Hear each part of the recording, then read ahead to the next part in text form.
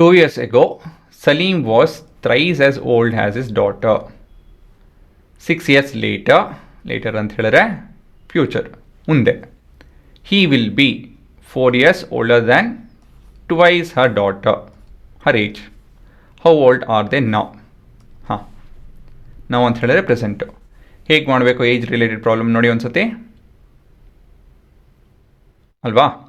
So past future ಹೇಗೆ ಯೋಚನೆ ಮಾಡ್ತೀರಾ?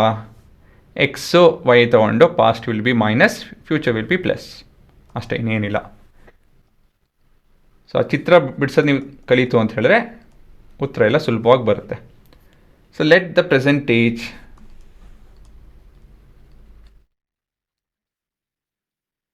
Of Salim be x years and daughters be y years.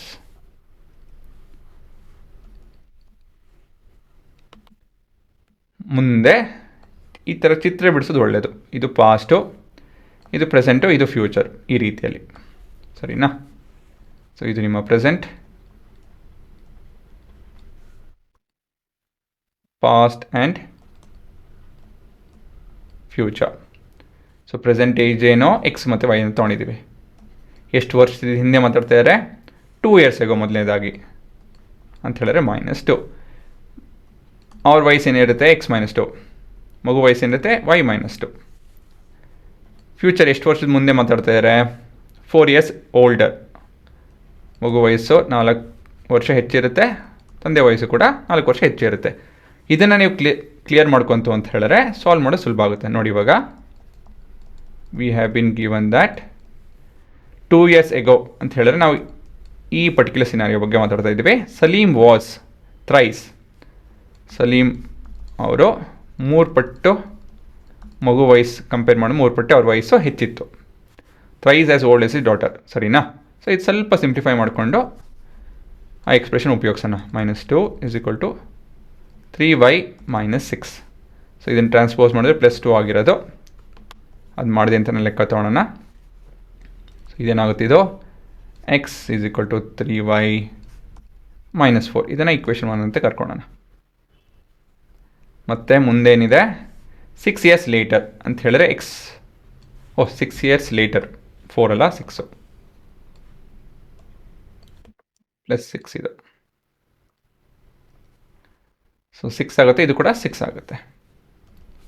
So x + 6 is 4 years older, ಅಂದರೆ 4 + twice her age. ಅವ್ರ ವಯಸ್ಸು ಎಷ್ಟಿರುತ್ತೆ? ಮಗು ವಯಸ್ಸು ಎಷ್ಟಿರುತ್ತೆ? 6 ವರ್ಷ ಆದಮೇಲೆ y + 6 ಆಗುತ್ತೆ, ಸರಿನಾ? ಇದೇ ನಿಮ್ಮ ಚಿತ್ರ, ಗೊತ್ತಾಯ್ತಾ?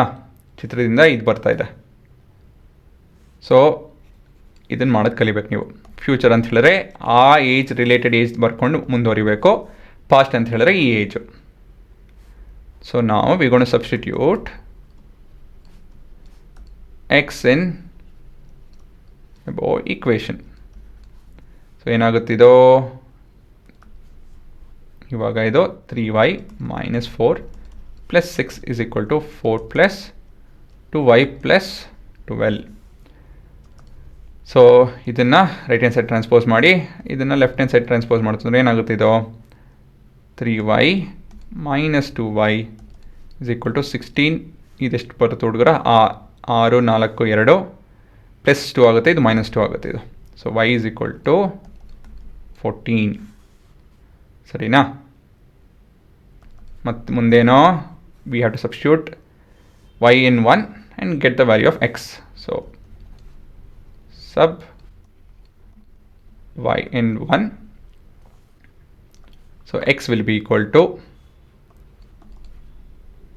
3 times of 14 - 4, ಸರಿನಾ? ಸಿಂಪ್ಲಿಫೈ ಮಾಡಿದ್ರೆ ಎಷ್ಟು ಬರ್ತಿದೋ, ಇದು 42, 38. ಸೊ ಕೊನೆಯದಾಗಿ ಏಜ್ ಆಫ್ ಫಾದರ್, ಅವ್ರ ವಯಸ್ಸೆಷ್ಟು? 38 ಇದೆ. ಆ್ಯಂಡ್ ಡಾಟರ್ 14 ಅಲ್ವಾ? ಹಾಂ, ಅದೇ ನಿಮ್ಮ ಉತ್ತರ ಅಷ್ಟೇ, ಗೊತ್ತಾಯ್ತಾ? ಸೊ ಮುಖ್ಯವಾಗಿ ಈ ಚಿತ್ರ ಬಿಡಿಸ್ಕೊಂಡು ನೀವು ಮುಂದುವರಿಬೇಕಾಗುತ್ತೆ. ತುಂಬ ಉಪಯೋಗ ಬರುತ್ತೆ ಕಂಡ್ರೋ ಇದು. ಸೊ ಈ ಥರ ಕಲೀರಿ.